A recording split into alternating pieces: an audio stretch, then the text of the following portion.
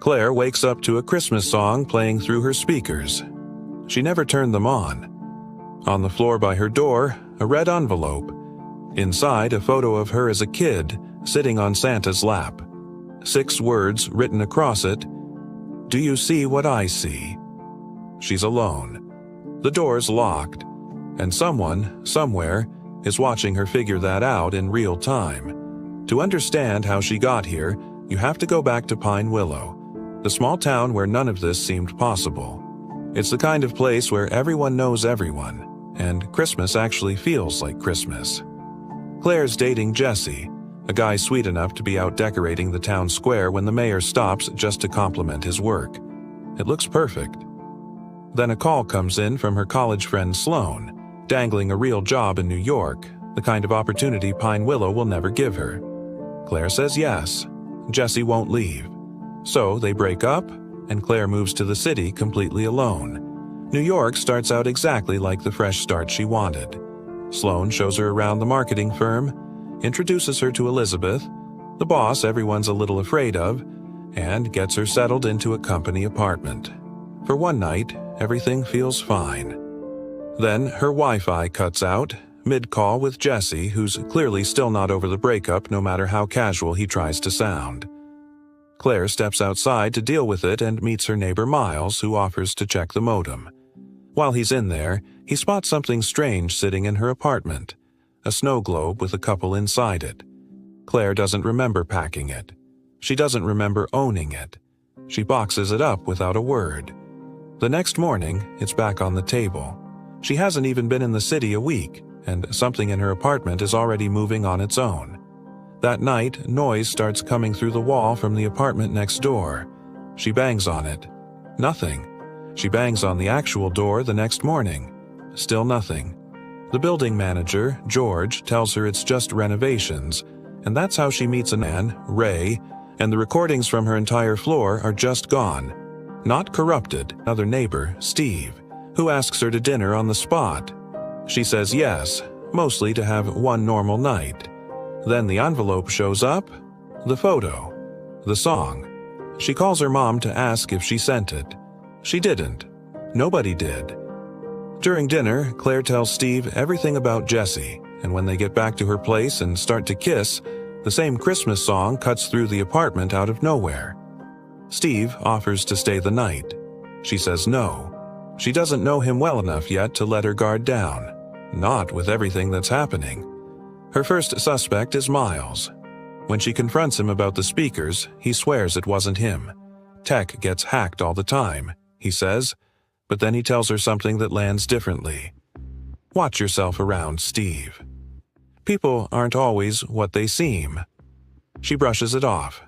She has bigger problems because she comes home the next day to find her whole apartment decorated top to bottom. "Do you see what I see?"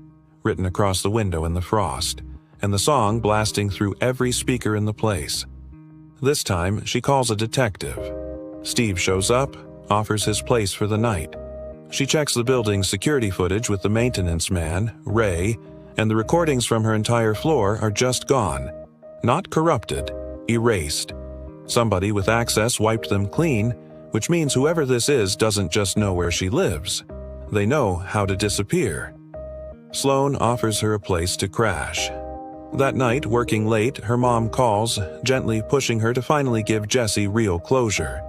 When Claire gets home, she hears noise in the basement and finds Miles down there taking out the trash. Completely mundane, and yet by now she's suspicious of everyone. She half jokes that maybe he's the one stalking her because he likes her. He tells her flatly, he's gay. Another dead end. Jesse calls that night too. She tells him everything. He offers to drive down and get her himself. She says no, she can handle this. The cops turn up nothing. She changes her locks. A postcard arrives with no stamp and no address, somehow sent from Pine Willow itself, and Ray has no explanation for how it got there. He suggests she install cameras. She and Miles wire up the apartment together, and then Claire does something smarter than anything the police have managed. She tells everyone, Steve, George, Sloane, her mom, that she's leaving town for the weekend. A trap, because whoever this is, They only move when she's supposedly not home. She spends the night at Miles's, watching the live feed. The motion sensor trips. A man in a cap walks straight into frame, heads into her bathroom, and on the mirror, written into the fog, "Do you see what I see?" The next day, the building manager Larry notices Claire's door standing wide open. He goes to check it out, hears something moving in the basement, and heads down after it. Someone pushes him. He's dead before anyone finds him. When Claire and Ray pull the footage, it's undeniable. Larry didn't trip. He was pushed. This isn't a stalker playing games anymore. This is a killer. Claire goes to see Steve. While he's distracted, she slips into his bedroom, opens the closet, and there it is. The exact cap from the footage. She's out the door before he even knows she saw it. Straight to the detective with everything she has. Steve gets arrested. But he has an alibi. A real one. And it gets worse.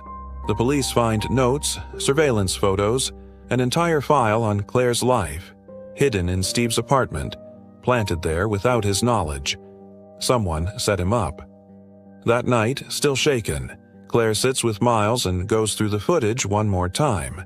And this time she catches what she missed before, a face reflected for less than a second in a mirror. It's Jesse. He shows up at her door. She throws whatever she can reach at him, tries to run, but he drags her into an empty unit and ties her up. And then he tells her exactly why he did all of it. He wanted to make the city feel unsafe, wanted her scared enough to give it all up and come home. Come back to Pine Willow. Come back to him. Because as far as he's concerned, he never stopped loving her, and he was never going to accept a version of her life that didn't include him in it. Meanwhile, Steve, just released and confused to find her door wide open, walks into the wrecked apartment calling her name. Claire hears him through the wall and starts kicking as hard as she can until he finds her. Jesse turns on him. In the chaos, Claire works a hand free, grabs a wrench, and swings. The cops finally arrive. The detective lays out the whole thing. Jesse stole Larry's master keys to get into Steve's apartment and plant the evidence that nearly sent an innocent man to prison for what he'd done. A week later, Elizabeth officially welcomes Claire to the company for real.